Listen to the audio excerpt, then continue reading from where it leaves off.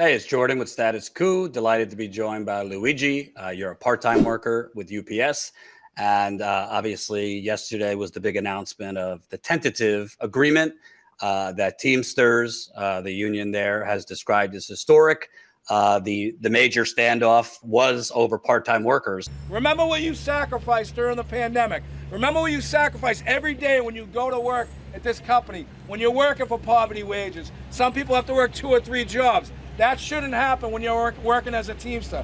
Full-timers, we need to stick together and fight for these part-timers. We need to make sure that everybody is taken care of in these negotiations and no one gets left behind. So I thought it would be important to have a part-time worker on to get your response. I know you've been really active in the organizing ahead of a potential strike.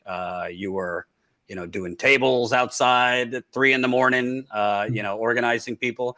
So let me just remind the audience what the core kind of wins that the Teamsters are claiming. You have existing full and part-time UPS Teamsters will get $2.75 more per hour in 2023. And over the length of the contract, the wage increases will go to $7.50 an hour. So that's total, to be clear, $7.50 increase over the entire contract.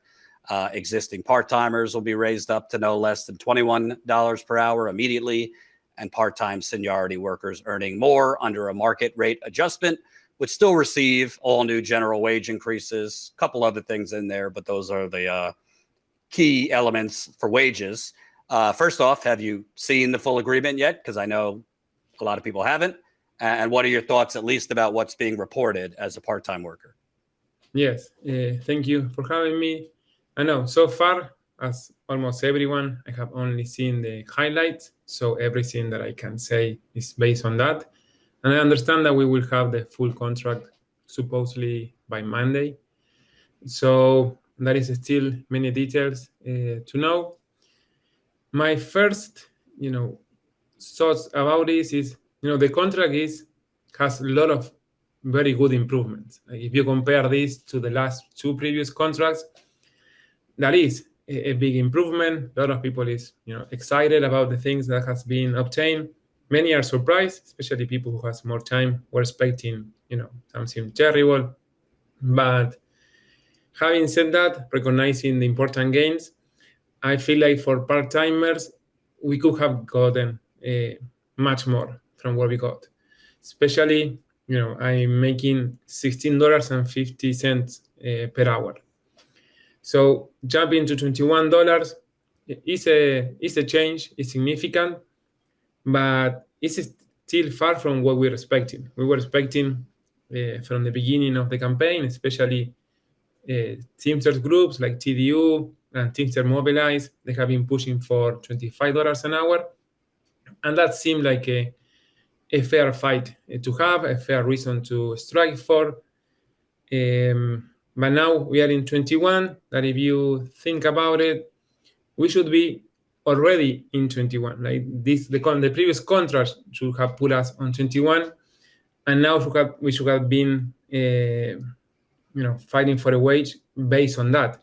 So 21 seems something good maybe for 3 years ago, 2 years ago. And this is a union job.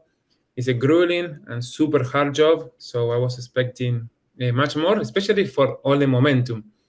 We are coming out from the pandemic. Teamster didn't receive any kind of bonus or essential workers pay, no hazard pay.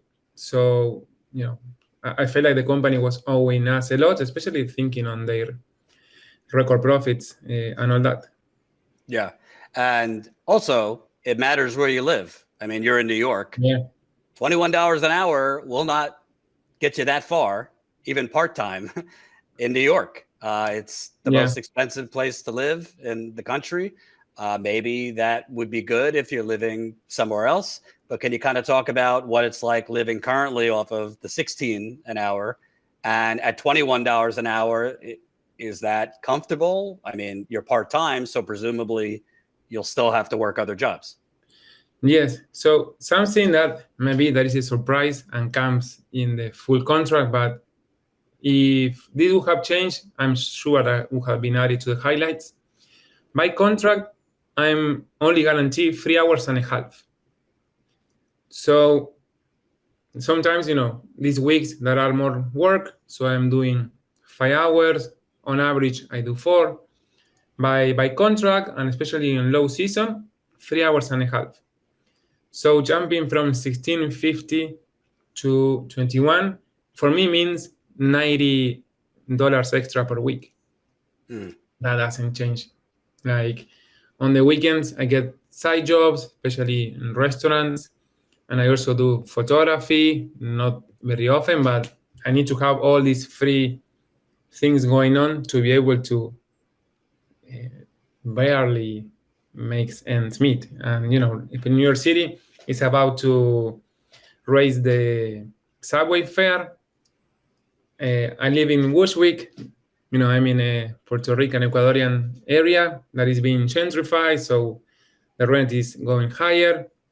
So it really feels short.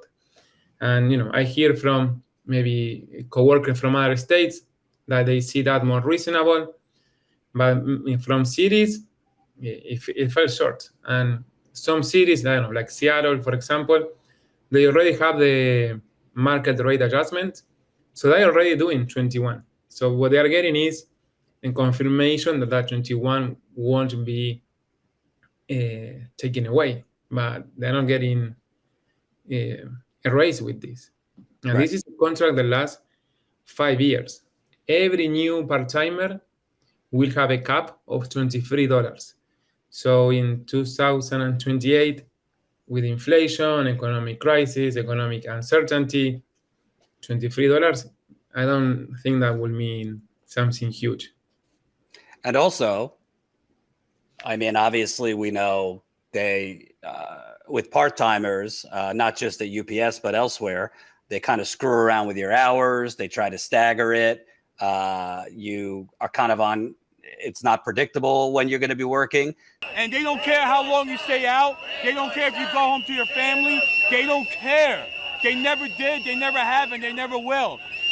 All they do is lie to us. They harass us, they overwork us. They don't care about us. And we try. We care about the company. But they don't. They don't care about us. They don't care about the company. They don't even care about the customers. Customers first is a lie in their book. It's a lie. It's all a publicity stunt. But we care. We're UPS, not them.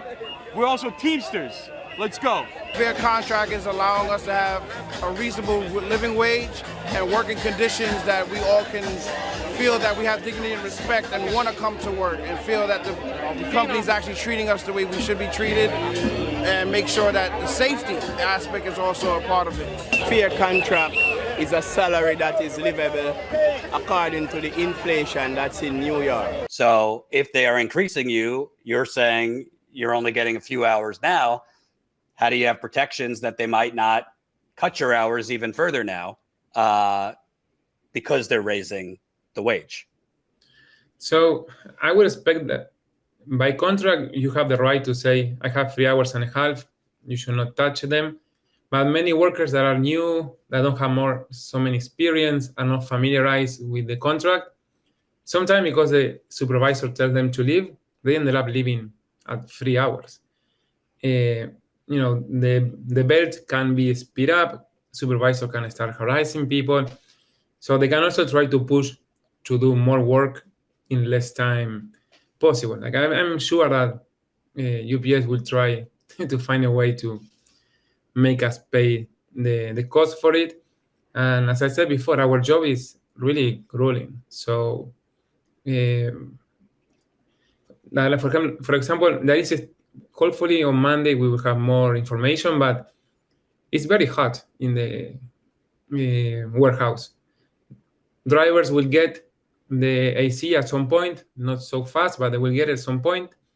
But for us, I haven't heard so many updates. Only that there will be more ice machines, more access to water. Those two things are very important. But in terms of AC, fans, it's still not clear. Like I start with a dry shirt and I finish all sweat every day. So I feel like about our working conditions, there hasn't been so many updates or language that you can say, okay, I will make just a little more, but at least it will be less grueling, or it will be, a more decent job. But I have to wake up 2 a.m. minimum to do four trucks. That means 800 to 1,000 packages that are heavy. Today, like even this week, everyone. I was talking with my coworkers, pushing for $25 an hour. I got 80 signatures last week as a petition for it. But we all knew that we are not gonna get less than 20. Even knowing that, in my belt, we are 8 workers, 3 of them quit in less than 2 weeks, like 2 weeks ago. Because they were like, I don't care. Even if it is for $21 an hour, I can stand this. It's bad for my back, for my knees. It's not a long-term good job.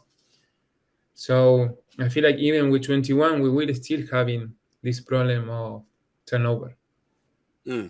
And also, why does a company that made almost $14 billion in profit last year, why do they need so much time to update their vehicles to have air conditioning as the planet is burning? And I was told by other workers in the back of those trucks, it's 140, 150 degrees with 200 stops a day. Why wasn't that done a long time ago? And why can't it be done very quickly? There is no reason. There is no explanation. Especially, they have the resources. If probably they will need changes for themselves, they will make it immediately. A lot of drivers said that cameras were installed in every truck immediately. And now trucks that supposedly were bought with the ACs installed, now they will take, I don't know how many years to put them all in the conditions. And that will mean that who will get those first one? Probably the states that are with higher temperatures. But even if they bring, I don't know, 100 new trucks in our facility, who will get them? Probably people with more seniority. So it will create these disparities.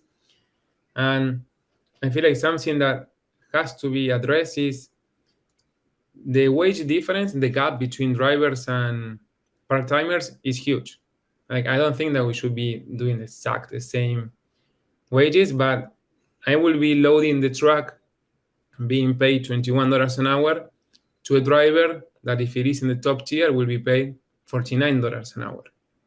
So it's more than the double. And they are doing, it's a tough work. Most of us were doing difficult jobs, and they are on the street. They're exposed to more things, but they're working 8 hours to a higher rate.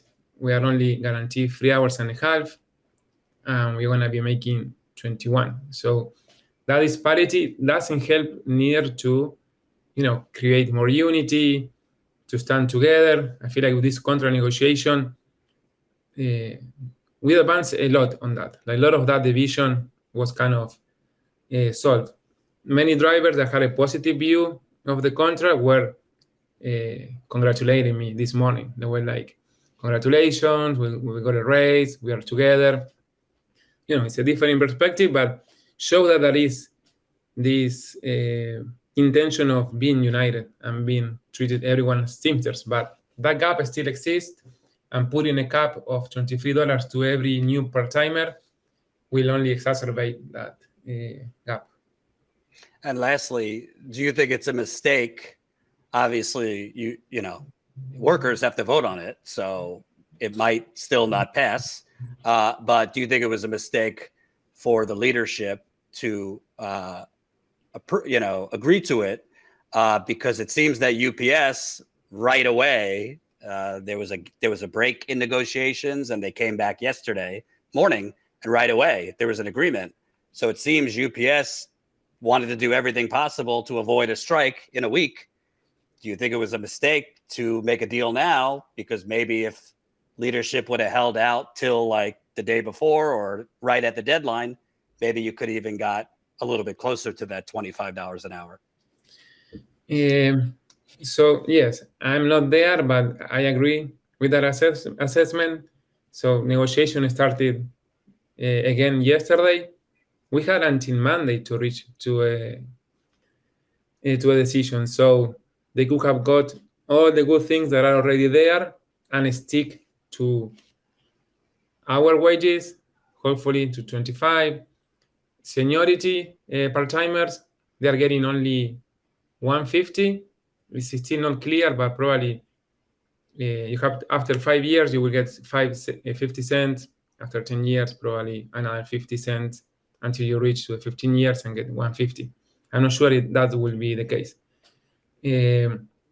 But that, so no, two things that they could have stick longer. Wait until Monday. Say, okay, we are almost done. We are almost closer.